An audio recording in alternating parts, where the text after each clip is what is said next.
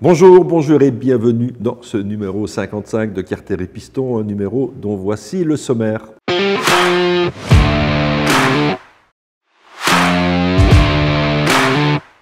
Kawasaki confirme sa présence dans la catégorie mid-size avec sa gamme 650 cm3. Avec la Ninja, on entre dans la famille. On découvre un des deux roues les plus vendus au XXe siècle. Si la Ninja m'a séduit, qu'en est-il de sa sœur, la Z650 ? Vous connaissez Greg Gordin, un surdoué sur lequel KTM a mis la main. Moins connu chez nous, le salon d'Utrecht est une véritable institution aux Pays-Bas. Nous ferons évidemment un tour de l'actu. Et enfin, le Dr Grimm nous donnera la température des paddocks avant le début de saison. Motostore, votre concessionnaire Ducati, Indian, Suzuki, Benelli, Aprilia, Piaggio, Vespa en province de Liège. Venez découvrir nos très nombreux véhicules de stock. À l'Universel. L'Universel Moto, c'est aussi une grande gamme d'accessoires moto à découvrir dans nos 5 concessions à l'esprit familial et professionnel. Venez nous rendre visite à Aouan, Chennai, Herstal, Serein et Verviers.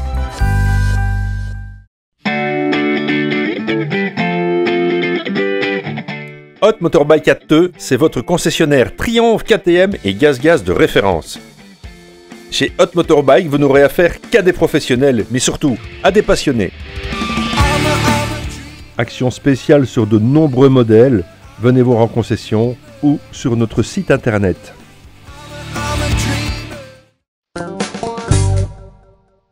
Bon, avant de commencer cette émission, on va revenir un peu sur ce qui s'est passé le mois dernier. En fait, le sujet sur le contrôle technique a évidemment suscité des centaines de réactions. Vous avez été très nombreux à m'envoyer des messages, à réagir sur YouTube, à réagir sur Facebook, des réactions positives, des réactions négatives.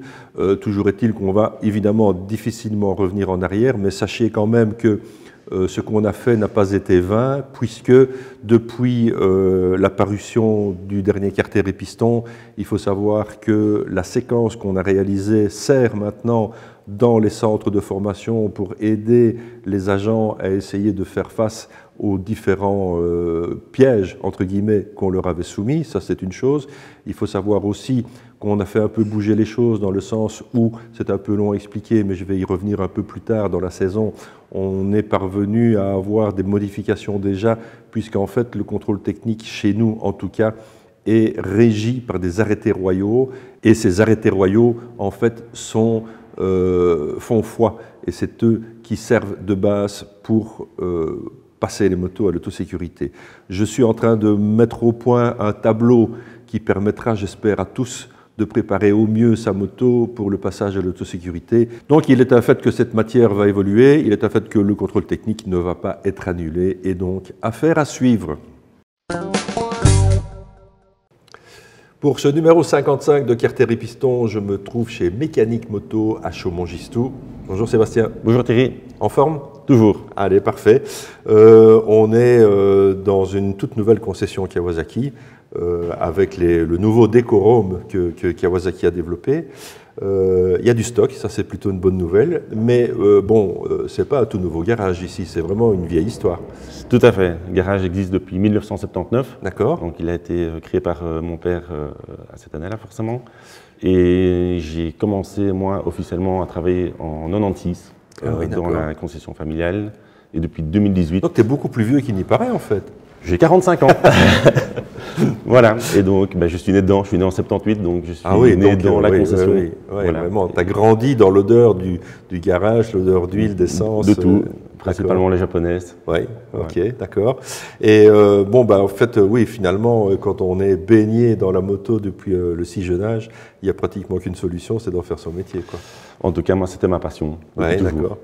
Et en fait, tu ne développes pas que la moto ici, tu as aussi une partie vélo, je crois. Hein. Tout à fait. Donc, en fait, on a 2 sociétés qui sont réunies au cœur du magasin. Donc, on a Mécanique Moto, et alors on a également une société vélo qui est O10 Bicycle, qui s'occupe de tout ce qui est vente, réparation, préparation course. D'accord. On a également un team VTT où mon fils et un coéquipier roule sur les Coupes du Monde, etc. D'accord. Ton fils qui suit tes traces, parce que je crois que tu as roulé à un bon niveau, toi. Tout à fait, voilà. Donc il a repris depuis 1 an sur le circuit mondial. D'accord. Voilà. Et toi, tu as roulé en mondial? J'ai roulé en mondial également. D'accord. Il y a près de 30 ans maintenant. Ah oui, en VTT donc? En VTT. D'accord. Et c'était quoi à l'époque le VTT? Ah, le VTT, c'était... moi, j'étais dans la discipline de la descente à l'époque pour les sensations. Oui. Et donc, il y a plusieurs disciplines, hein, toujours, oui. Évidemment. Mais déjà, à l'époque, c'était impressionnant, mais maintenant, la descente, ça devient de la folie. Ton fils, c'est ça qu'il fait? Il fait de l'enduro, donc c'est un mixte entre le physique. Oui, maintenant, les vélos ont méchamment évolué aussi. Hein. Les vélos ont très fortement évolué. Ouais, c'est dingue. Écoute, on va discuter de plein de choses pendant tout ce numéro. Et on va d'abord découvrir le premier essai de ce numéro. La Ninja 650 évolue gentiment parce qu'en fait c'est une évolution, c'est pas une révolution. On lui adopte cette année en fait un anti-patinage, quelques petites touches de lifting, mais en fait une moto très convaincante sur laquelle je me suis vraiment amusé et je ne m'attendais pas en fait à trouver autant de plaisir sur une moto dont je trouvais visuellement la position peut-être un peu radicale. Il n'en est rien du tout et on va découvrir cette moto à Ibiza.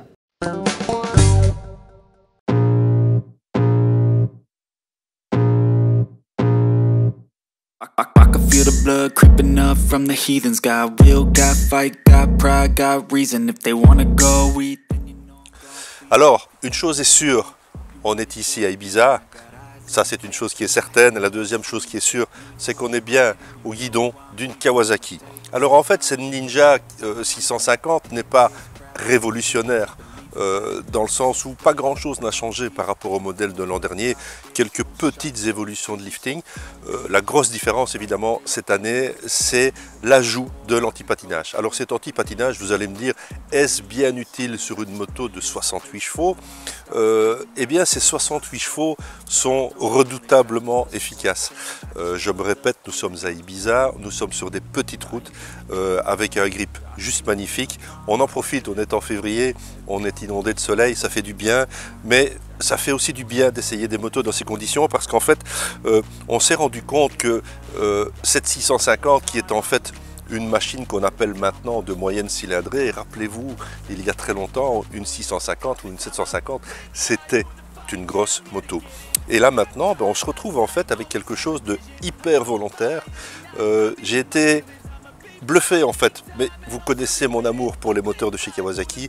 En général, on a des moteurs à 2 visages. Une fois encore, on a réussi à le faire ici avec seulement un bicylindre. Alors ce bicylindre vous permet en ville de descendre à 25 km/h en 3e vitesse, d'ouvrir et d'avoir une grande allonge jusqu'au rupteur à 8-9 000. On s'est vraiment amusé sur les petites routes. Le freinage est à la hauteur. Je pourrais juste dire d'avoir une suspension un peu moins souple, mais c'est peut-être aussi relatif à mon gabarit. Alors, vous verrez un peu plus tard dans l'émission que nous allons aussi essayer la sœur de cette machine, qui est la Z650, et qui offre tout à fait d'autres sensations. J'ai été tout de suite à mon aise sur cette machine en ayant eu la possibilité de mettre la selle haute, ce qui, vu mon gabarit, me permet d'avoir les jambes un peu moins fléchies.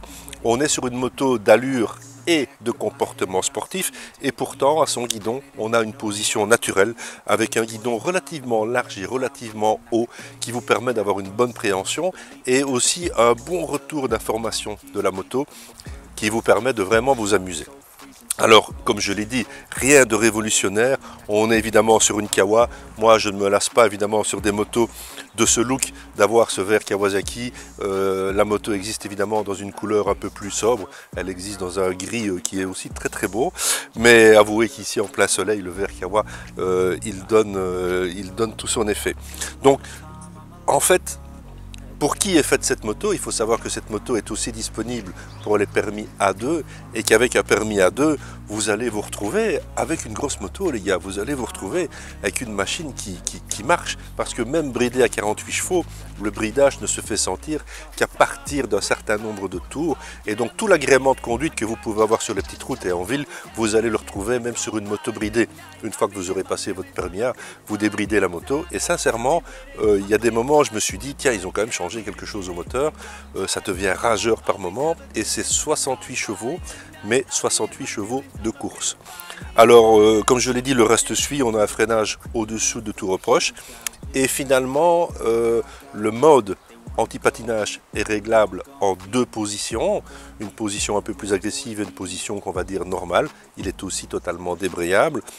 Même si ce n'est pas absolument nécessaire sur une machine de cette puissance, ça rassure.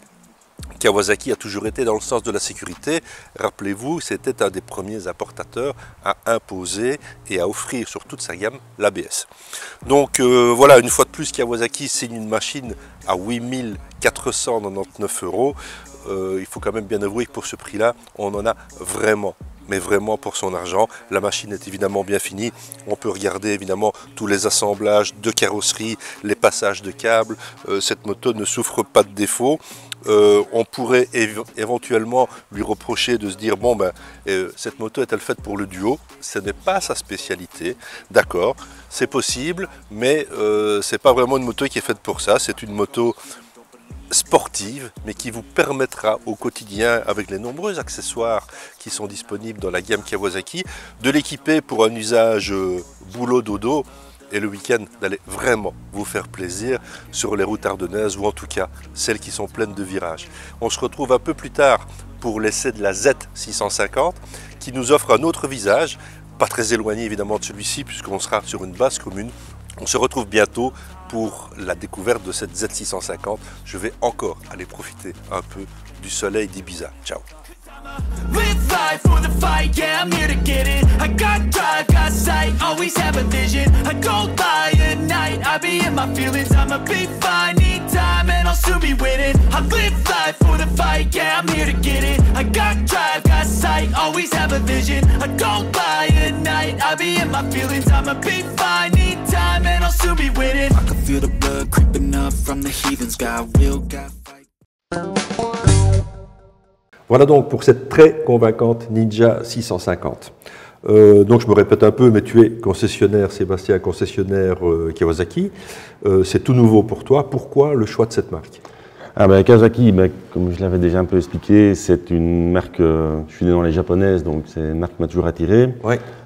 Aujourd'hui, j'avais l'occasion de rencontrer Axel, il y a déjà un peu plus d'1 an, on va dire à peu près.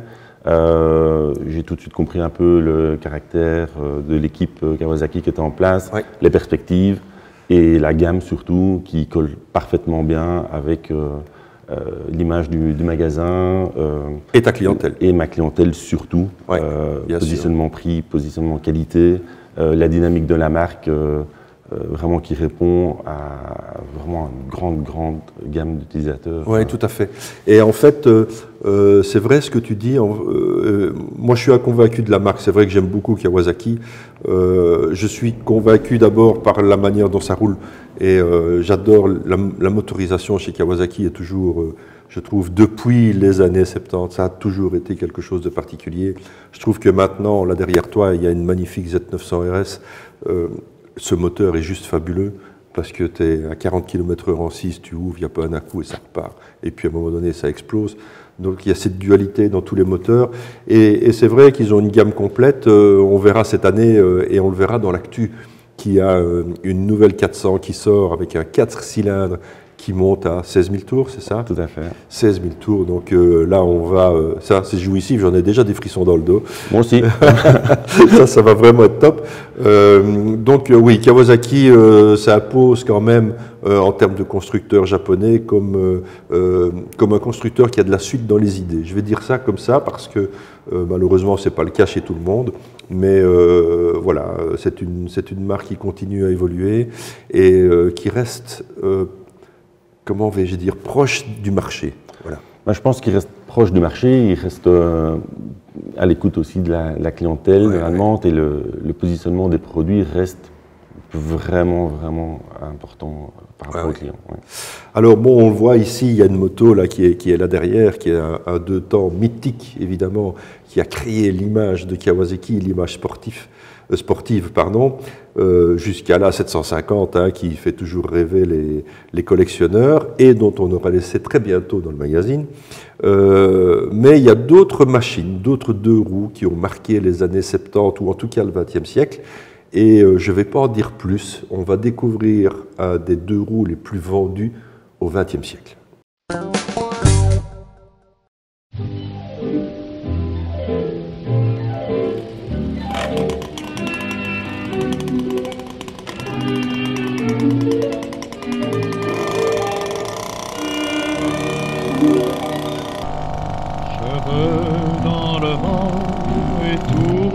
ruisselant de pluie. Chérie, votre robe collée sur un corps mouillé de pluie. Chérie, et puis j'ai perdu la tête, mon désir était le plus fort. Quelle aventure les gars! Alors ça c'est une plongée dans le passé. Vous connaissez la bleue? La mobilette. En fait une machine dont le nom est devenu un nom commun, comme Bic, comme Frigidaire et comme bien d'autres choses. Cette machine fait partie de l'histoire du deux roues du XXe siècle pour avoir révolutionné la mobilité, qu'elle soit ouvrière ou adolescente, parce que à l'époque, elle a permis de rapprocher les campagnes des villes et aux gens de pouvoir se mouvoir avec des véhicules pas chers et surtout fiables. Là, je suis sur un modèle qui sort d'une véritable résurrection, qui était dans un tas de boue, qui est vraiment ressuscité, et on peut juger de la qualité de l'engin et de la qualité de fabrication, parce qu'en fait c'est la peinture d'origine avec la patine, et comme on peut voir évidemment tous les côtés qui ont un peu souffert mais qui sont encore bien présentables. Mais bon, on a fait un peu de mise en scène, on s'est bien amusé, on a mis la botte de poireaux, on a mis évidemment la baguette, le petit béret, mais revenons à des choses un peu plus sérieuses. Voilà, une tenue, je veux dire, un peu plus moderne, en tout cas, à côté de cette légende. Donc, ce qu'on appelle communément la bleue, cette motobécane, cette mobilette est apparue dans les années 50. On est en face ici d'un modèle relativement rare, parce que comme vous pouvez le voir, elle est munie d'une fourche à parallélogramme, ce qui a été abandonné dès 1961. Il faut savoir que c'est un des deux roues les plus construits au monde, puisque à partir de sa naissance jusqu'au début des années 90 ou 1990, c'est près de 12 millions de mobilettes qui ont été construites à travers le monde et utilisées, et encore utilisées de nos jours. En Afrique, il n'est pas rare d'en croiser, et les services postaux à l'époque étaient en fait équipés de ce genre de machines aux couleurs jaunes, et il n'est pas rare là-bas en Afrique d'en croiser encore dans leur couleur d'origine. C'est increvable et réparable au bord d'une piste et dans toutes les manières. La preuve, la résurrection de celle-ci. Alors en fait, cette machine a évidemment évolué au fil du temps, mais elle a surtout été le déclencheur de cette résurrection d'après-guerre, où en fait à partir de là, les gens ont voulu commencer à bouger, ont voulu commencer à se déplacer, et je pourrais faire un rapprochement en fait entre la Ford T, qui est un moment apparu et a démocratisé l'automobile pour le plus grand nombre. Et en fait ici on a démocratisé la liberté d'aller et de venir pour le plus grand nombre, avec une machine qui à l'époque valait dans les 30-34 000 francs français de l'époque, ce qui équivaut aux alentours de 2000 francs belges. Ça veut dire environ 50 €. Ça c'est assez incroyable, mais il faut savoir à l'époque qu'un salaire moyen aux alentours des années 60 était aux alentours de 1500 francs belges. Donc ça représentait un mois et demi de salaire, pardon. Et cette machine a procuré évidemment du plaisir et de la mobilité aux ménagères qui allaient faire leur marché. Vous avez vu ce qu'il y avait sur le porte-bagages tout à l'heure, aux ouvriers qui se rendaient dans les usines. Cette machine a eu aussi beaucoup de succès dans une autre couleur, et principalement en Guadeloupe. Et cette moto, en fait, cette mobilette était livrée dans une couleur ocre-or, qui est d'abord une fierté sur l'île et qui a été une sorte de baromètre social. Et à l'époque, un certain Gilles Elie en a même fait un hommage, puisqu'il en a fait un film dont vous voyez ici quelques images. Alors, cette moto, cette machine a été aussi le déclencheur de bien des passions, puisque en France, il faut savoir qu'à 14 ans, on avait accès à un 50 cm3.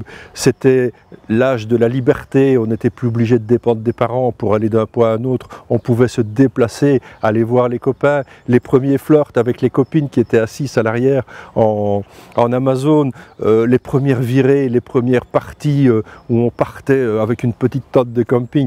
Les bleus avaient de très bonnes finitions, une peinture très robuste, des chromes, une grande boîte à outils dans le cadre, et sur les versions haut de gamme, un compteur kilométrique, un klaxon, et dans les dernières versions même un anti-vol et un accroche-casque. Avec une contenance de 5 litres et une conso moyenne inférieure à 3 litres au 100, on pouvait se permettre de parcourir de grandes distances avec ce cyclomoteur. Les mécaniques étaient toutes équipées du moteur AV7, une mécanique éprouvée de 49,93 cm3 avec 2 transferts, admission par la jupe et la puissance développée était de 2 chevaux. Effectivement, ça ne fait pas très peur. La bleue est populaire, mais bien plus. Elle traverse les générations et prend une place importante dans la vie sociale du milieu ouvrier des campagnes, mais également des villes. À tous les âges, la mobilette est de grande utilité. Encore aujourd'hui, c'est régulièrement que l'on peut entendre « ça me rappelle mon grand-père ». D'ailleurs, il n'est pas rare que la mobilette de papy soit offerte pour les 14 ans du gamin. L'image de la bleue est encore à ce jour le symbole du cyclomoteur, car sur les panneaux du code de la route, c'est bien sa silhouette qui est encore reconnaissable. Alors en fait, la mob, c'est tout. Le début en 2 roues, les copains, la liberté, le froid, les gamelles, les premiers trips, les premiers flirts avec les copines en Amazon derrière. Bref, une sorte de basculement entre l'enfance et la vie d'ado. Et enfin, le début de la passion pour le 2 roues. Alors, quelques données techniques. Cette machine pèse 48 kg, 52 kg avec les pleins et en état de marche. Poids total autorisé 177 kg. Allumage par volant magnétique, le refroidissement est par air et la mise en marche par décompresseur qui est conjugué à la poignée de gaz. D'un côté, vous ouvrez, vous mettez les gaz et quand vous coupez, vous actionnez le décompresseur. Simple comme bonjour et à l'accès de tous. Cette bleue a marqué le XXe siècle et il faut s'en souvenir comme un monument motocycliste. En fait, cette révolution a fait que cette mobilette a fait naître beaucoup de passion et moi pour ma part en fait en Belgique on était un peu moins sous l'influence de cette motobécane mobilette, la bleue. En fait, à l'époque, en France, il y avait une autre concurrente, c'était le Peugeot 104 ou le 103, si mes souvenirs sont bons. Nous, on était plutôt Flandria. Moi, j'ai été Flandria dès mes 13-14 ans. Et puis, je suis passé sur une Suzuki AC50, comme beaucoup d'entre nous. Mais ça, c'est une autre histoire. Bon, voilà, quel monument cette mobilette. J'ai passé un moment sympa. Mais on se rend compte du fossé qui s'est creusé après quelques années d'évolution du 2 roues. Axel, bonjour. Bonjour Thierry. Tu vas bien? Tout va bien. Bon, Axel, tu es district manager de chez Kawasaki. On s'est déjà rencontrés à de nombreuses reprises. Tu es un habitué de l'émission. L'ouverture d'un nouveau dealer, c'est toujours un moment privilégié, mais c'est très important dans le développement de la marque. C'est très important pour nous et c'est toujours très chouette naturellement d'avoir des nouveaux gens dans notre réseau. Mais pour nous, c'est très important pour garantir un service pour notre clientèle et avoir une proximité, forcément, ça reste très important. Ouais. Oui, parce que en fait, venir acheter une moto en concession, bon, ben, on peut se dire, ok, on fait quelques kilomètres, mais quand il faut aller ramener la moto à l'entretien, c'est quand même bien d'avoir de la proximité et d'avoir un réseau étendu qui permet d'être proche des gens. Tout à fait, oui, c'est exactement ça. Ouais. Alors bon, ben, on n'a pas eu de salon cette année, à Bruxelles en tout cas. Il n'y a pas eu de salon à Bruxelles. De ce fait, eh bien, on est un peu dans une période de transition depuis cette pandémie où le salon avait été annulé. Mais vous n'êtes pas resté les bras croisés puisque vous mettez en route ce qu'on appelle le Promo Tour, ce que vous appelez le Promo Tour, et qui va justement démarrer ici le week-end du 24, 25 et 26 mars. Tout à fait. Comment ça se passe? Ben, en fait, c'est effectivement le salon, il n'y avait pas de salon et on cherchait une alternative. Donc on a commencé l'année passée déjà en fait avec le Z Promo Tour. Oui. C'était donc avec la gamme Z. D'accord. Cette année-ci... En raison de l'anniversaire des 50 ans de la gamme Z. Juste, bien de me rappeler. Donc, et cette année-ci, on a élargi sur toute la gamme. Donc il y a 16 motos, 16 motos en test chez chaque agent. Donc ça fait quand même 30 tests sur l'année.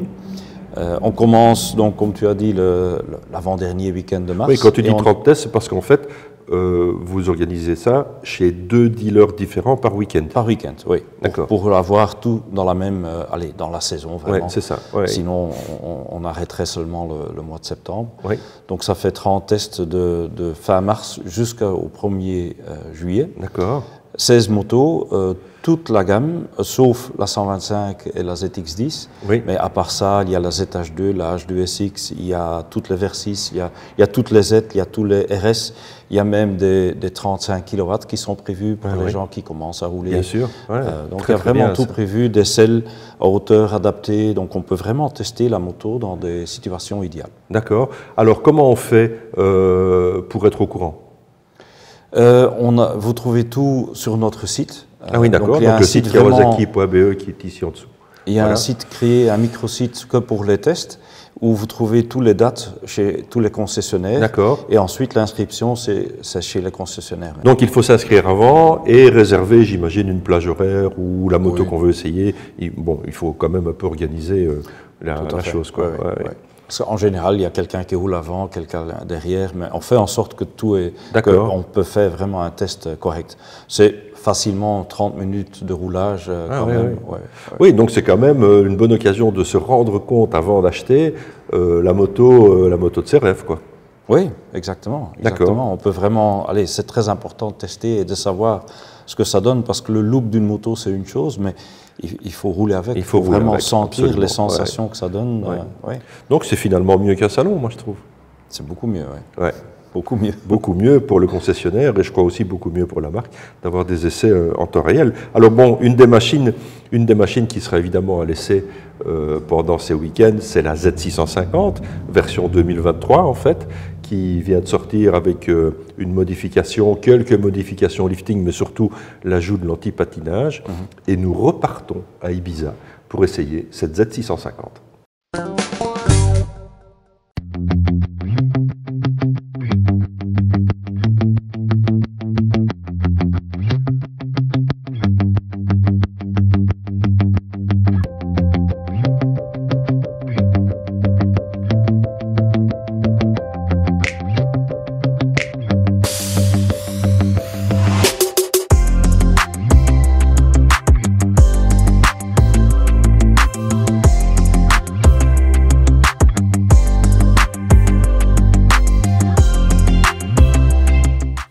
Après avoir découvert Ninja 650, c'est au tour de la Z650 de faire sa présentation 2023. Pratiquement la même moto avec quand même des différences. En fait, à son guidon, on a un sentiment totalement différent parce qu'en fait, on a l'impression que la moto est plus courte en fait. Donc elle conviendra peut-être à des gabarits un peu moins grands que le mien ou aussi aux dames. En fait, la moto est disponible avec des selles sur deux hauteurs. Ça, c'est la selle haute. Il y a aussi la selle basse. Le guidon est plus large, le guidon est plus haut et de ce fait, on a l'impression d'être sur une moto qui est peut-être plus urbaine que la Ninja qu'on avait vue précédemment. Parce qu'en fait, le guidon donne une préhension supplémentaire, mais en termes de comportement, en termes de moteur, d'agrément moteur, on se retrouve sur quelque chose de totalement similaire, évidemment, à la Ninja 650. Le traction control a évidemment fait son apparition sur la moto cette année. Cette évolution, ce n'est pas une révolution, le traction control, tout le monde le connaît. C'est finalement bien de l'adapter à pratiquement toute la catégorie et à toutes les cylindrées. C'est un gage de sécurité. Tout ce qui va dans le sens de la sécurité à moto est toujours bon à prendre. Et il ne faut pas oublier que Kawasaki n'ont jamais été les derniers en termes de sécurité. Alors, ici, on est dans la gamme Z. Rappelez-vous, la gamme Z a fêté ses 50 ans l'année dernière. Lors de cet anniversaire, on avait vu quelques versions anniversaires qui avaient été éditées par la marque. Et on est tout à fait dans la lignée de la Z. Alors, il est un fait que les puristes vont nous dire « mais on a perdu 2 cylindres ». Eh bien écoutez, sincèrement, à l'usage, sur les petites routes et en ville, on a une souplesse et on n'a pas l'impression d'avoir perdu ces 2 cylindres. Ce bicylindre est vraiment très volontaire. Et finalement, ces 68 chevaux qu'on pourrait juger un peu anodins sont bel et bien là. Et il y a des moments où on se dit, il y en a plus que ça. J'ai dû regarder sur la fiche technique pour être bien certain d'annoncer les bons chiffres. J'avais vraiment l'impression qu'on en avait au moins 10 de plus, tant ce moteur est volontaire et surtout amusant. Alors, donc voilà une moto qui est évidemment disponible aussi pour les permis A2. moto qui fera le bonheur des nouveaux motards, mais qui fera aussi le bonheur des plus anciens. Je vous assure que peut-être est-ce l'âge, mais plus le temps passe, en fait, plus je trouve un plaisir immense à rouler sur des machines de 180 kg qui ont une puissance largement suffisante pour s'amuser, avec des trains roulants parfaits, avec des châssis et des suspensions qui fonctionnent à merveille, un freinage à la hauteur. Alors que ce soit sur la Ninja ou sur la Z, on a ce tableau de bord TFT, et ce tableau de bord TFT, il est paramétrable en fait, que ça soit en positif ou en négatif, ce qui permet d'avoir toujours une visibilité excellente. Il offre les paramètres principaux qui sont affichés de manière claire. Même moi je peux les lire sans lunettes, et donc voilà, il n'y a pas grand chose à dire sur cette moto.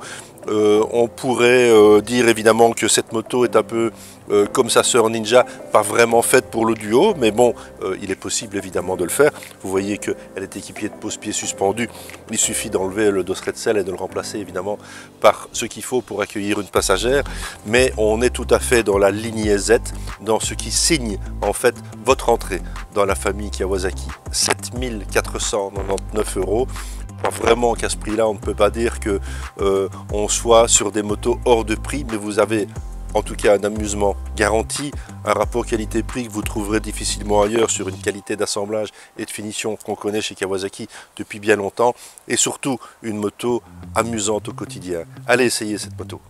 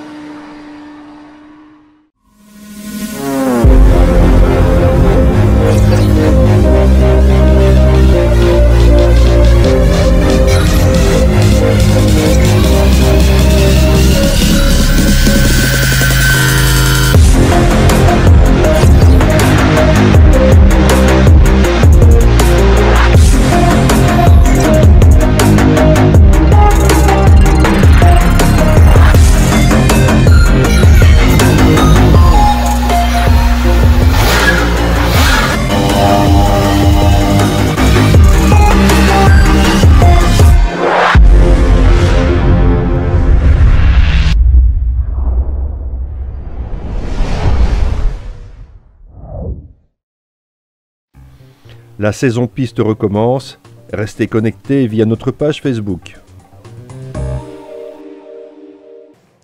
Et voilà donc pour cette Z650. Allez, tant qu'on y est avec cette Z650 et qu'on est avec Kawasaki, on fait un petit concours.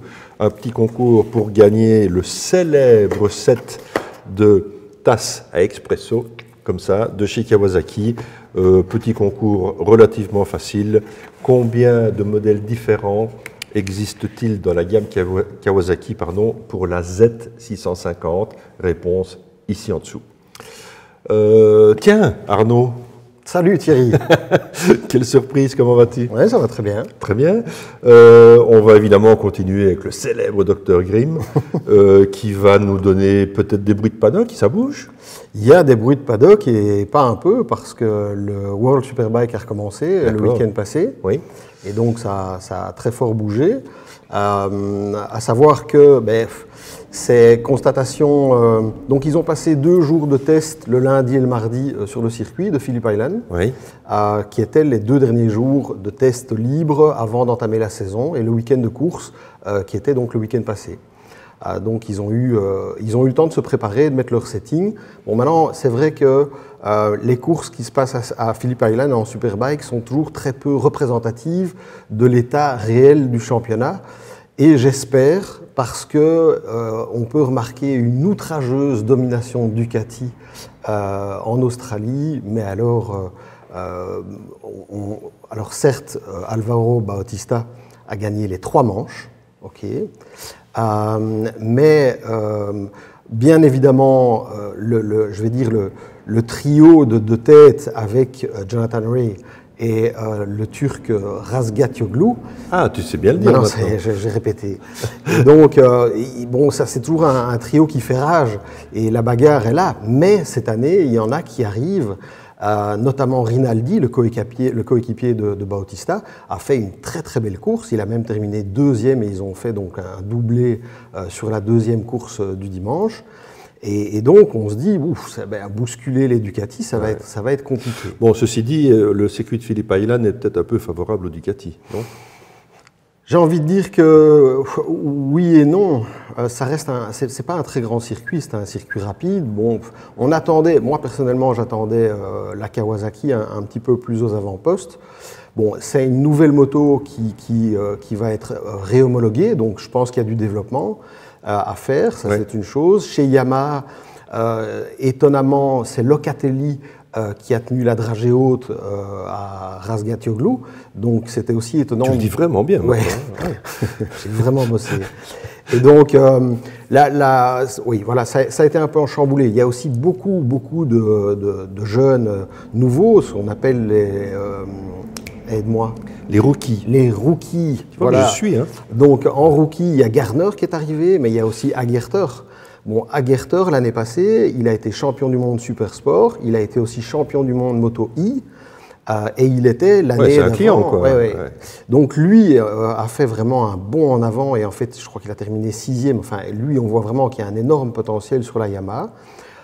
Son coéquipier, Rémi Gardner, a fait un week-end, je dirais, un peu en demi-teinte, enfin aux alentours des 10-12, ce qui reste, entre guillemets, tout à fait raisonnable et respectable pour une première course en Superbike. Mais c'est vrai que venant d'un pilote qui sort du MotoGP, de chez KTM l'année passée, on aurait espéré qu'il fasse un peu plus sensation. Bon, ça a été un très beau week-end, il y a eu une course sur le mouillé, il y a eu des conditions différentes, et donc outrageuse domination des Ducati, mais pas que en Superbike, à savoir que le Super Sport a repris aussi, et donc comme vous le savez ou ne le savez pas, c'est que le Super Sport a ouvert la porte à des cylindrées différentes, avec un système pour faire varier, enfin en tout cas pour niveler les performances, et donc c'est un championnat qui était devenu un peu un championnat monomarque presque, enfin il y avait juste Kawasaki et Yamaha qui étaient tout le temps devant, qui gagnaient tout. Maintenant il y a Ducati qui est arrivé avec la 950, il y a Triumph qui est arrivé avec la 765, et il y a aussi MV Agusta qui a engagé non pas la 675 mais la 800 qui a été autorisée. Et ce week-end, c'est Boulega sur la Ducati officielle, entre guillemets, qui l'année passée performait déjà mais n'avait jamais réussi à aller chercher vraiment le podium ou la victoire. Et là, il a gagné les 2 manches. Ah oui, donc ça veut dire ça veut dire que Ducati a gagné toutes les courses du week-end à Phillip Island, et ça, c'est quand même assez remarquable. Tiens, on va voir si vous suivez. Tiens. Vous allez me dire, on va refaire un petit concours en vitesse. Voilà en fait ici un magnifique ouvrage qui retrace la saison 2022. C'est un ouvrage pratiquement que de photos. C'est assez exclusif, mais c'est la saison 2022 de chez Yamaha. Mais on va voir si vous suivez. Dites-moi un petit peu qui a gagné les 3 premières manches du Superbike à Phillip Island le week-end dernier. Réponse au mail ici en dessous. Okay. À propos de GP, justement. Oui, justement, j'allais te poser la question. Voilà. À propos de GP. Bon, mais les GP, ça recommence dans je crois, 27 jours, quelque chose comme ça, enfin on y est presque. Oui, c'est ça, du mois, hein, c'est ça, oui. Et là, bon, évidemment, ça se bouscule pas mal. Il y a aussi il y a eu les essais de Valence.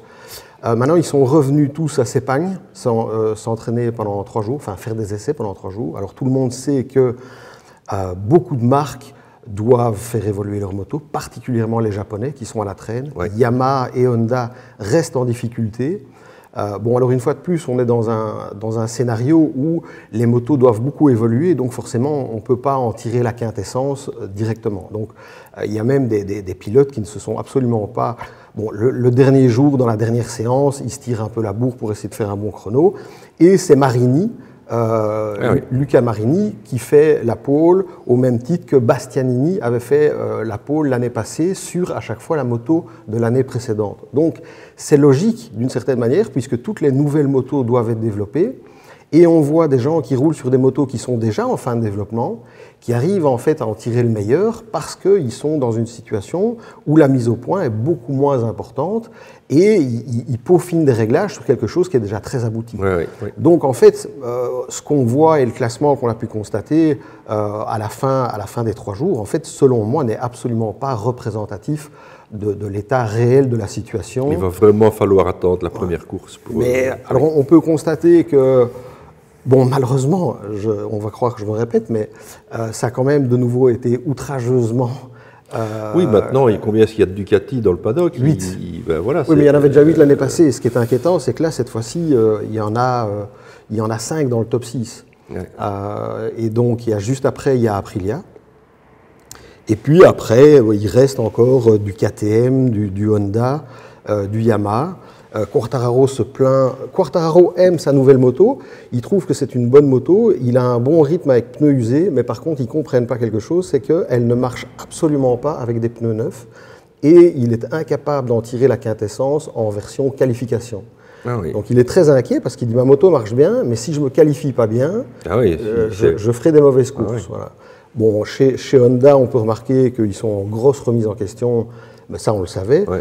Marquez, ils sont tous en plein développement. C'est peut-être la marque qui est encore en plus en développement avec beaucoup de pièces à mettre au point. Donc voilà, c'est intéressant, mais on va voir sur les prochains essais, à mon avis, à Portimao, il y aura des essais.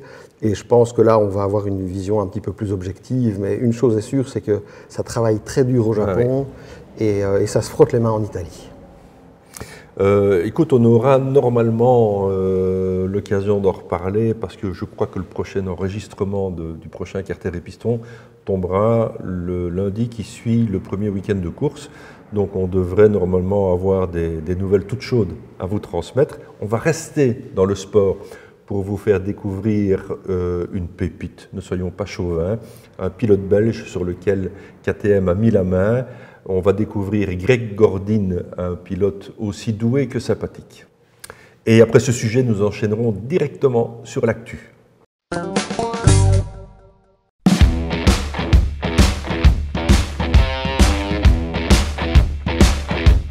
Grégory, bonjour. Salut Thierry, comment tu vas? Je vais très bien, On va parler moto, donc évidemment je vais bien. Grégory, moi je te connais un peu. Je crois que c'est un peu la majorité du cas des gens qui suivent l'émission. Je voudrais bien que tu te présentes un peu parce qu'on voudrait savoir qui tu es en fait. Moi je m'appelle Greg Gordin, j'ai 34 ans. Je crois que je peux dire que je suis né sur une moto. J'ai commencé la moto à 4 ans. D'accord. Donc là maintenant ça fait 30 ans que j'ai goûté la première fois au guidon d'une moto. Voilà, passionné, papa trialiste. D'accord. Donc quelques années en trial et puis après... Passionné d'off-road. Ouais, plutôt d'off-road. Plutôt quasiment exclusivement de l'off-road. J'aime bien la route aussi, mais je trouve le côté un petit peu plus dangereux qui me plaît un peu moins. Mais ouais, l'off-road, j'adore ça. Que ce soit avec les grosses motos ou les enduros derrière ou même en trial. Ouais, d'accord. Grande passion. Alors en fait, tu as deuxième métier, on va dire, ou plutôt un premier métier. Tu as une entreprise, d'accord? C'est ça. Je suis indépendant dans le bâtiment. J'ai une entreprise de travaux d'accès difficiles sur corde. Donc en gros, on est alpiniste. Ouais. Et on bosse pour le bâtiment et pour l'industrie aussi, donc on va faire tout ce qui est travaux difficiles d'accès. En hauteur, voilà. En gros, on fait tout ce que les autres ne veulent pas faire ou ne savent pas faire parce que c'est un peu merdique au niveau de donc en fait, il faut que tu sois dans l'acrobatie en perpétuel. Ouais, on me fait souvent la petite vanne et c'est un peu marrant. Ouais. Alors bon, ton rapport évidemment à la moto, tu viens un peu d'expliquer d'où il vient. On est entouré de motos ici, on n'en voit qu'une partie, mais je vous assure, l'atelier il y a quelques-unes. Il est rempli de PK, mais il est rempli de KTM. Ouais. Alors tu as un lien particulier avec la marque? Oui, depuis, d'abord, premièrement, ça fait des années que je roule avec cette marque-là, parce que niveau sportivité, niveau ready to race, on est d'accord que ça fonctionne bien. Et puis depuis l'année dernière, est-ce que c'est un peu le hasard ou est-ce que c'est un peu le travail et le hasard on fait que maintenant je suis ambassadeur travel pour KTM. D'accord. Et donc en fait, ta collaboration avec KTM, le fait que tu deviennes ambassadeur, c'est quoi? C'est le résultat de tes performances en course? Pas de mes performances en course. J'ai commencé parce que j'ai rencontré Sophie qui est une vidéomaker. Moi je suis devenu ambassadeur pour KTM parce qu'on a travaillé ensemble. Et ça match? Ouais, ça match super bien. Ouais. Et puis elle fait des trucs de fou niveau vidéo. Moi, j'imagine que j'arrive à faire quelques trucs un peu sympas en moto. Donc, du coup, les deux, le fait qu'on ait une visibilité sur les réseaux sociaux. D'accord. Un jour, KTM est venu toquer, il dirait « Salut, vous voulez pas faire un truc pour nous ?» Puis voilà, step by step, ça s'est fait. Maintenant, et donc, d'un côté, on a des gens qui deviennent ambassadeurs ou officiels d'une marque parce qu'ils ont fait des résultats en course. Et finalement, toi, tu es venu par l'autre côté, tu es venu par la com. Exact. Et au fait, ce KTM m'a bien expliqué, et ce qui leur plaît, c'est que justement, je pense que des gars comme moi, il y en a tout plein. Des gars qui savent un peu rouler à moto, mais qui ont un boulot. On va quand même, et on voit les images ici pendant qu'on discute, les gars qui savent rouler à moto, il faut quand même mettre un bémol. Des gars qui savent rouler comme toi, il n'y en a quand même pas des masses. Et des gars qui savent mettre une moto de ce poids-là dans les situations où tu la mets, franchement, chapeau. Alors, merci. Alors, je vais corriger, je vais dire, il y a plein de personnes comme moi qui sont passionnés, qui ont un boulot sur le côté et qui, quelque part, pourraient arriver à cette position-là de par le fait de... Mais bon, voilà, les bonnes personnes au bon moment, au bon endroit. Voilà, c'est ça, quoi. Et aussi de montrer que, entre guillemets, monsieur et madame tout le monde peut le faire. Tu sais, quand tu vois un pilote, un grand champion faire quelque chose avec la moto, bah, tu te dis, oh, lui, il fait ça parce que c'est lui. Quelque part, je pense que l'image que je dégage, KTM était intéressé parce qu'au final, j'ai pas vraiment de palmarès. Oui, parce que toutes les images qu'on voit, les images notamment avec cette machine qui est ici à côté de nous, sont des images qui sont faites avec une moto qui est d'origine. Oui, la seule chose qui est modifiée ici, c'est vraiment pas grand-chose et tout ce qu'il y a sur cette moto-là, c'est au catalogue KTM, donc il n'y a pas de... Il n'y a pas de méga secret là-dessus, c'est juste les suspensions qui sont des suspensions un peu upgradées. Au niveau des protections, j'ai un sabot moteur, j'ai des rapports de vitesse un peu plus courts et j'ai des roues qui permettent de monter des pneus un peu plus fins. Sinon, globalement, c'est une moto qui est d'origine. Alors bon, les suspensions, tu les sollicites. Voilà. Les protections, de temps en temps, tu t'en prends une. Ça sert un peu, ça sert donc même forcément, beaucoup. Voilà. Alors bon, tu es quand même maintenant arrivé à toucher à la compétition et pas par la petite porte. Il y a des épreuves mythiques, je pense à l'Erzberg Rodeo, qui est quand même quelque chose. Allez voir, taper Erzberg Rodeo. Ou Erzberg Iron Road Prologue, ça aussi c'est pour... Allez voir les images, d'abord l'endroit où ça se fait, les conditions et les difficultés qu'on vous met devant les roues, c'est quand même assez hallucinant. C'est assez ouf. Tu es allé là-bas, pardon, et tu n'es pas allé pour rien. Non, en fait, c'est justement un peu le début de la collaboration avec KTM et ils me disent tiens, salut Greg, ça te dirait de faire l'Erzberg? Je me dis mais ouais, allez, on y va. Donc l'idée de KTM, ils m'ont vraiment demandé voilà, on aimerait que tu viennes faire le prologue. Le prologue, c'est vraiment le truc chaud aussi où tout le monde y va, il faut y aller à fond, quoi. Le but, c'est d'avoir ton temps le plus court pour être sélectionné, pour être dans les 500 premiers sélectionnés sur 1500 participants au prologue. Ouais, donc il faut un peu tordre la poignée à droite. Et l'idée, c'était de le faire avec une moto qui sortait de chez eux d'origine, avec quelques petites modifications comme elle est là. Donc une moto qu'on peut se fournir, quoi. Donc on peut déjà comprendre qu'il y a plusieurs classes. Oui, attends, tu parles à l'Erzberg, il y a plusieurs classes Oui, bien sûr, pardon, excuse-moi. Bien sûr, il y a plusieurs classes. Il y a la classe moto normale, donc qui est enduro, et il y a la classe bicylindre. Parce que tu as plein de gars qui viennent aussi avec des BMGS modifiés un peu dans tous les sens, des vieilles KTM 990. Ouais, c'est rock'n'roll là-bas. Voilà, donc ils m'ont dit, est-ce que tu veux pas venir le faire avec la 890 Adventure, mais sans pression. Le but, c'est juste d'être là et de montrer qu'on peut le faire, et voilà, et de montrer que c'est... Si tu as pris du plaisir de le montrer. Et donc voilà, donc je me suis lancé sur le départ sous le KTM Factory Team. Et donc voilà, je fais le prologue sans grande, attente, juste en me disant vas-y, on va faire pour s'amuser. Et puis je fais un podium, je fais troisième, c'était assez incroyable, quoi. Premier Paul Tarès, deuxième un autre gars avec une Paul Tarès, évidemment, fils de champion du monde de trial, qui fait aussi des vidéos avec une YAM 700 Ténéré. Il fait des choses assez dingues, qui sont par moments même plus proches du trial qu'autre chose, mais il fait du franchissement, il fait des choses complètement dingues avec une moto d'un petit 200 kg quand même, quoi. Donc voilà, c'est fou. Mais maintenant, quand on voit tes vidéos, tu es dans sa trace en fait. Il est peut-être un peu au-dessus parce qu'il a fait premier, tu as fait 3, ok, d'accord. On voit quand même qu'il est possible avec de telles motos de faire des choses qui sont proches du trial et en tout cas de les mettre dans des situations complètement dingues. Oui, vraiment c'est des motos qui... moi je pense pas qu'avec un trail des années 1980 tu aurais pu te le permettre, mais ici on a des motos qui ont tellement évolué. c'est tellement comment dire, efficace en pleine situation qu'on peut faire des trucs assez dingues avec. Ouais. Alors, bon, bah, tu es sur une sorte de courbe ascendante cette année va être pas mal depuis quelques mois ou depuis 2 ans, donc c'est vraiment génial.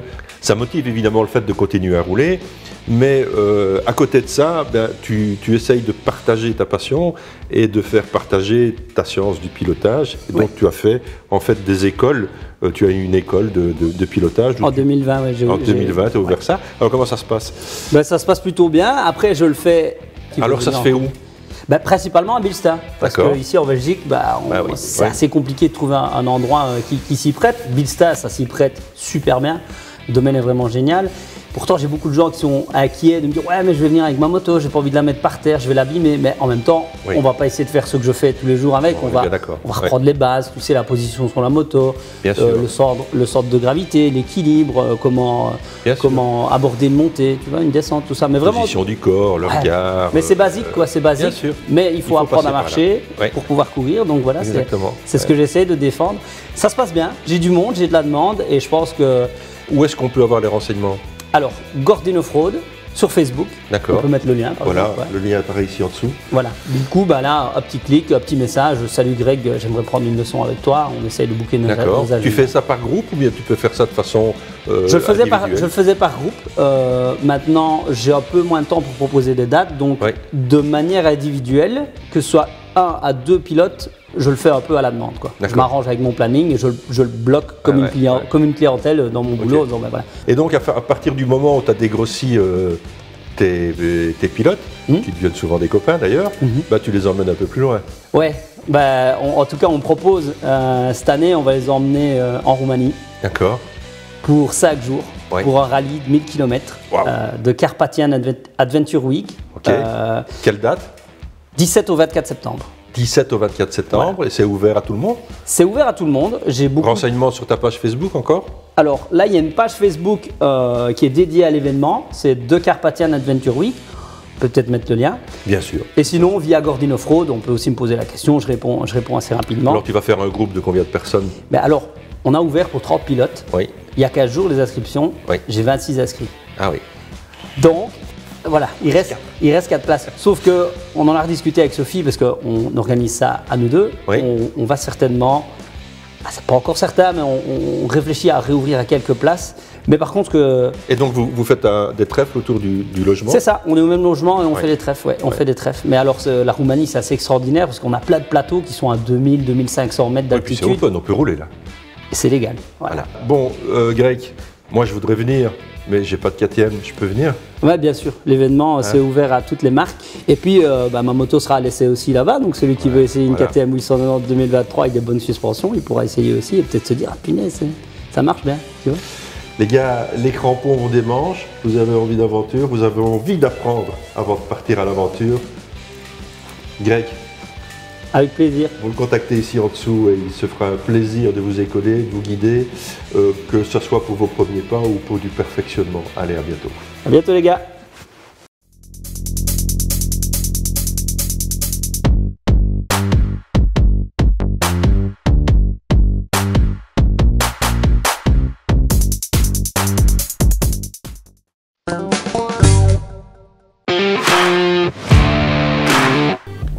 Pour la 2e année consécutive, Kawasaki lance son Promo Tour qui concerne cette fois toute la gamme moto.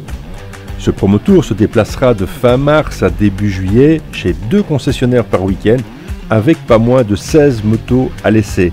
Ne manquez pas le passage de ce Promo Tour, c'est l'occasion rêvée d'essayer un des modèles de la gamme Kawasaki. Inscription et renseignements via le site kawasaki.be et chez votre concessionnaire. Vous avez manqué la soirée Royal Enfield au garage L'Universel?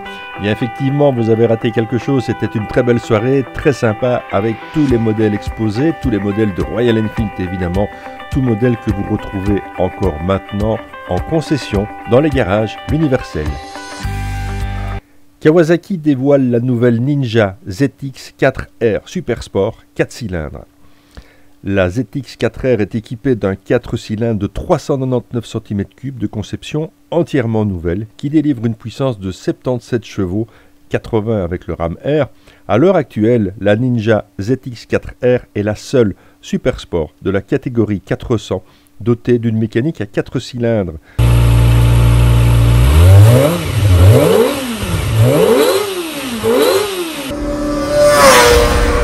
Ce bloc affectionne les très hautes rotations avec un régime maximal qui culmine à plus de 15 000 tours minute. Il dispense une sonorité d'échappement que seul un 4 cylindres haute performance signé Kawasaki peut offrir. Tout est conçu pour assurer le meilleur comportement routier possible et met à profit les techniques et l'expérience accumulées par Kawasaki en championnat du monde Superbike. On trépigne d'impatience pour l'essayer.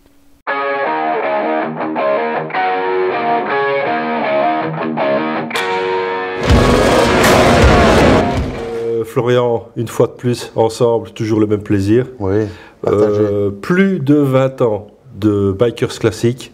Les Bikers Classic sont morts. Vive le Bikers Festival. Alors, ils sont morts, ils ne sont pas morts.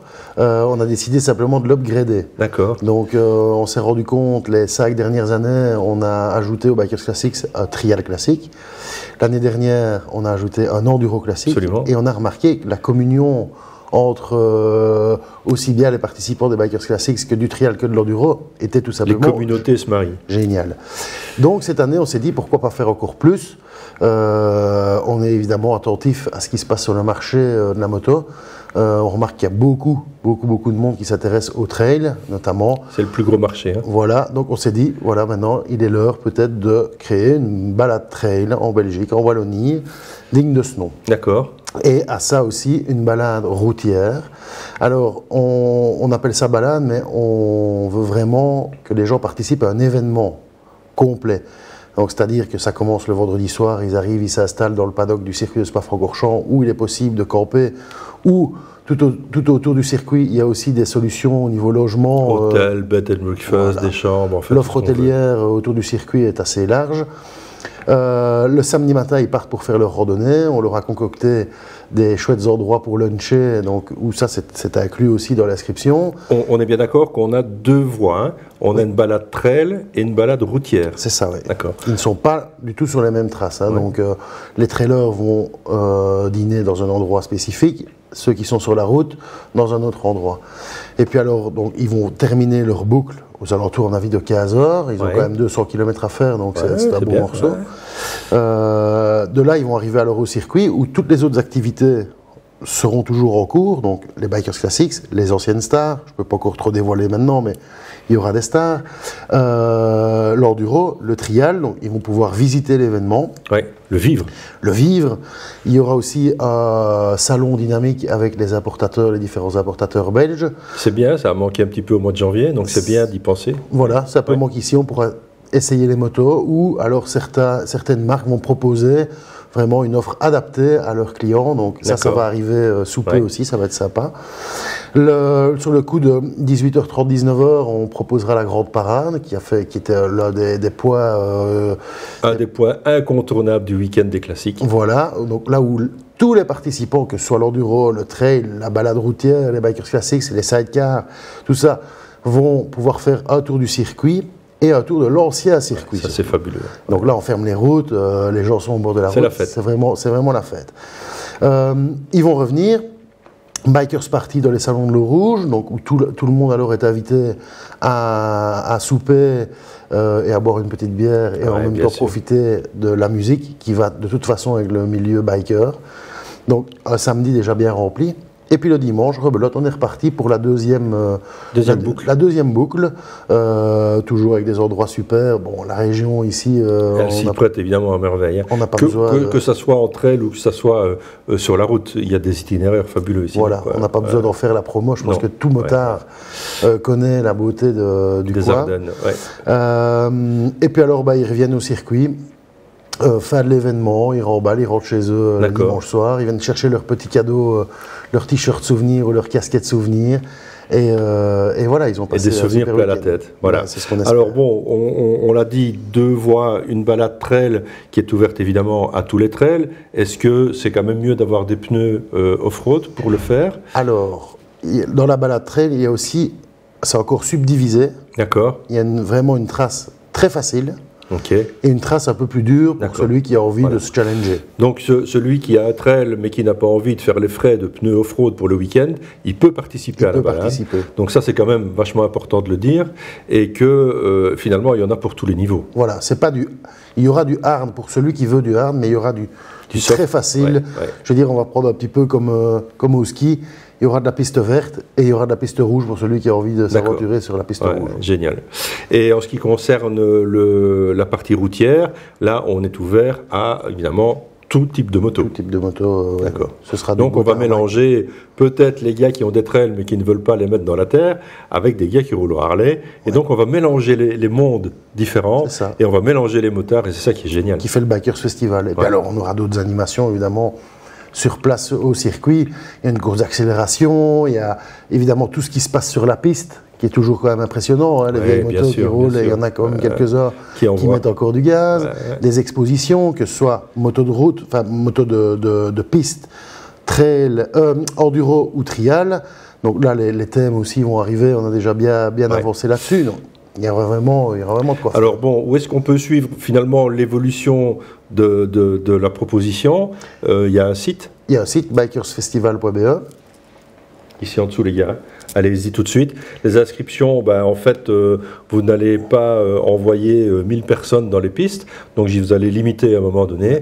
Donc on est ici au mois de mars, et donc on rappelle les dates. Le 12 et 13 août. Donc ça a changé puisque de manière traditionnelle on était au premier week-end du mois de juillet et là maintenant vous avez modifié la date 12-13 août, donc vous serez déjà tous revenus de vacances et vous aurez l'occasion évidemment de partager un week-end de folie parce que les bikers classiques ou le Bikers Festival ça reste un moment quand même. C'est ça la vie de la moto, je trouve, parce qu'on mélange les genres, on voit des machines exceptionnelles, on roule, et si maintenant en plus tu proposes une aventure, c'est bien. On essaie de parler en fait à tous les motards, à tout type de motards. Alors, tu sais que tu es tribune ouverte chez Carter et Piston, tu reviens quand tu veux évidemment pour parler de l'évolution de votre projet, peut-être de nouvelles idées, de nouvelles collaborations, peut-être. De nouvelles choses qui vont se mettre en place, de nouvelles propositions qu'on pourra faire évidemment aux participants du week-end. Et avec à la clé, je suis sûr et certain, des souvenirs plein la tête. Je l'espère. Rendez-vous dans quelques semaines pour l'update de l'événement. Exactement. Merci Flo. Merci à toi Thierry. Sébastien, il y a d'autres marques que Kawasaki dans ton showroom? Oui. Donc on a également à l'étage toute la gamme Kymco, en scooter et quad. Oui. Et alors également la gamme Beta, donc où on propose déjà pour les jeunes motards, les boîtes à vitesse avec toutes les petites super motards, enduro. D'accord. Toute une gamme d'enduro, moto-trial. Tu as du trial? Très peu. Non, on en a un peu. Ouais, d'accord, ok. Y a une clientèle ici dans la région pour ça? Très faible. Ça reste quand même un marché niche. Oui, on est bien d'accord. Moi qui suis un passionné de la discipline, je sais que c'est très bien d'en parler, mais bon, ça reste un sport tellement technique et difficile finalement que voilà, ça reste un marché de niche. Mais ceux qui n'en font pas, ils ratent quelque chose. Tout à fait, c'est la meilleure école. Oui, absolument. Et puis c'est tellement amusant, on a encore roulé ce week-end, et puis voilà, on a passé encore un petit step, et on est tellement content quand on passe à un truc qu'on ne passait pas avant. Et c'est ridicule, hein, c'est assez puéril d'ailleurs. Tout à Mais fait. tellement gai, tellement gai. Je voudrais qu'on aborde un point que j'ai abordé en début d'émission, un point de vue professionnel sur le contrôle technique. Alors je voudrais avoir un peu ton sentiment là-dessus. Le contrôle technique, c'est un long débat. Oui, ça c'est sûr. Ça, c'est certain. Il y a évidemment du pour, il y a du contre. Je pense qu'il y a un gros travail à faire, je pense encore dans la formation des inspecteurs, et qu'on doit faire impérativement un lien et de faire la transition aussi avec les professionnels. On a eu des expériences qui sont... Par exemple, se voir refuser avoir une carte rouge pour un clips qui manque un repose-pied arrière sur une moto, c'est pas acceptable. On peut simplement mettre une remarque que le futur acquéreur pourra avoir facilement sur sa carte verte en disant écoutez, il manquait un clips à votre repose-pied arrière. Voilà, on l'a mis. Il a bien été placé. Oui. Voilà. Oui, parce qu'il faut quand même signaler que nous sommes à Chaumont-Gistou, que toi, quand tu dois aller au contrôle technique, tu dois aller à oui. Voilà. Donc ça veut dire que c'est monopolisé, toi ou à tes employés, c'est 1 heure aller, 1 heure retour, 1 heure sur place. C'est 3 heures. Ça fait un 3 homme, heures. Une camionnette, comme s'assurer que tout se passe bien sur la route. Donc oui, c'est quand même... Et y retourner pour 15 €, parce que pour repasser la moto... Y retourner pour 15 € et de nouveau un petit 3 heures peut-être, un peu plus rapide, mais... Oui, ça c'est une chose. Ça c'est une chose. Donc avoir quand même une souplesse cohérente, on va appeler ça comme ça. Et deuxièmement, est-ce que vous n'êtes pas un peu limité par les 2 mois de validité d'un certificat? Ça, je pense que c'est un des points qui doit impérativement être résolu par rapport au réseau professionnel. Actuellement, on est dans une période où on a des délais entre 10 et 15 jours pour obtenir un rendez-vous. On est dans une basse saison. La saison en Belgique, la météo fait qu'elle reste quand même malgré tout assez courte. Avoir 2 mois de validité ne nous permet pas, dans la plus basse saison, de pouvoir passer les motos et d'avoir des départs immédiats pour les futurs acquéreurs. Donc, quelle serait la durée idéale pour toi? Je pense qu'un minimum de 6 mois. Ce qui te permettrait en début de saison de préparer déjà pas mal de motos qui seraient immatriculables de suite. Exactement. Parce qu'il n'est pas automatique, évidemment, que tu vois une moto dans les 2 mois de son passage. Voilà, tous les facteurs interviennent. On a la météo qui reste un des facteurs principaux. Et aujourd'hui, ça va être pénalisant. Si on va arriver en saison, on a des délais qui peuvent être portés à 3 semaines, voire 1 mois pour obtenir un rendez-vous. Ça va inévitablement freiner la vente, je pense. Oui, ce qui veut dire aussi que dans le cas d'une reprise d'un véhicule que toi tu fais sur la vente d'un véhicule neuf, tu dois prendre un risque. On doit prendre un risque. C'est-à-dire que tu prends la moto sans le passage à l'autosécurité et tu t'en charges toi-même. Et on doit s'en charger nous-mêmes. Avec les frais qui en incombent. Donc il y a un réel problème de réflexion profonde à avoir à ce niveau-là. Oui. Le second, sur la deuxième raison pour laquelle on doit passer un contrôle technique avec une moto, c'est après un accident. Ça me laisse un peu dubitatif parce que je peux très bien tomber dimanche prochain avec ma moto, je viens de commander un protège-main et un nouveau rétroviseur et personne n'en saura jamais rien. Comment ça se passe en fait? Je n'ai pas encore eu le cas. On a eu un sinistre déclaré par une assurance aujourd'hui où l'expert n'a pas jugé utile, mais c'est une personne qui a... c'est un accident entre une voiture, une de ses voitures personnelles et sa moto. La moto n'était pas touchée sur tout ce qui est éléments de sécurité de manière globale, donc elle n'a pas été déclarée par l'expert. Maintenant, effectivement, quelqu'un qui va tomber seul peut très bien réparer à sa façon, on va dire ça comme ça. Oui, il peut même venir ici faire réparer sa moto. C'est pas pour ça qu'elle... Oui, voilà. Je veux dire, donc oui, évidemment. On est dans un flou très artistique. Oui. Ouais. Donc voilà, cette matière du contrôle technique va encore faire couler, à mon avis, beaucoup d'encre pendant un certain temps, mais il faut aussi que les personnes responsables, que ce soit à l'autosécurité ou au SPW, prennent conscience du fait que la moto est quelque chose de beaucoup plus compliqué que la voiture, qu'il y a beaucoup plus de cas particuliers, et que la législation, pour le moment telle qu'elle est, ne convient pas du tout au marché. Absolument pas. Ouais. Non, ça c'est certain. Affaire à suivre, comme on dit, depuis le début, et je vous assure qu'on ne va pas lâcher le morceau. Donc pas de salon, évidemment, ici au mois de janvier à Bruxelles, mais ce n'est pas le cas partout. D'autres salons se déroulent dans d'autres pays, et notamment à Utrecht avait lieu dernièrement le Motorbeurs, pas toujours facile à prononcer pour nous. Je m'y suis rendu pour vous et on va faire un petit tour dans un salon qui a beaucoup de succès aux Pays-Bas.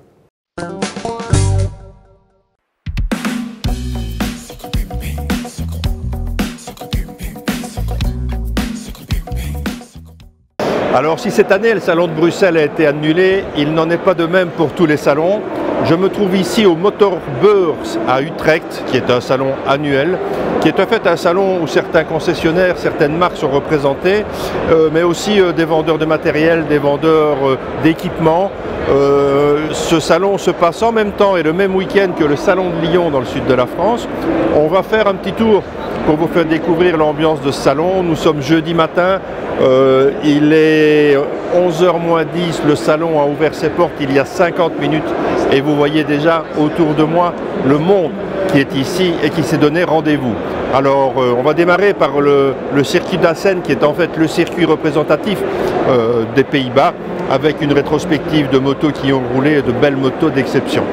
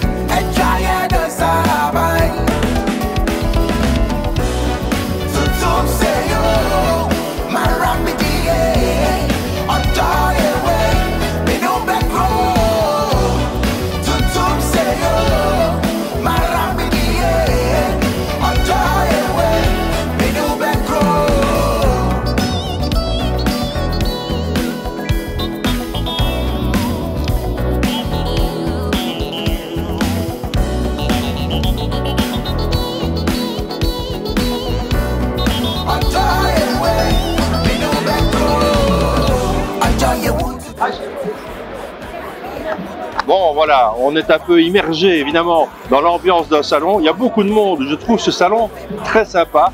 Vous avez vu la zone dans laquelle les gens font la file pour essayer les motos. Pratiquement toutes les motos de toutes les marques sont à l'essai.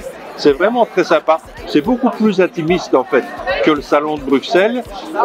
C'est un peu plus commercial aussi et apparemment un peu plus festif.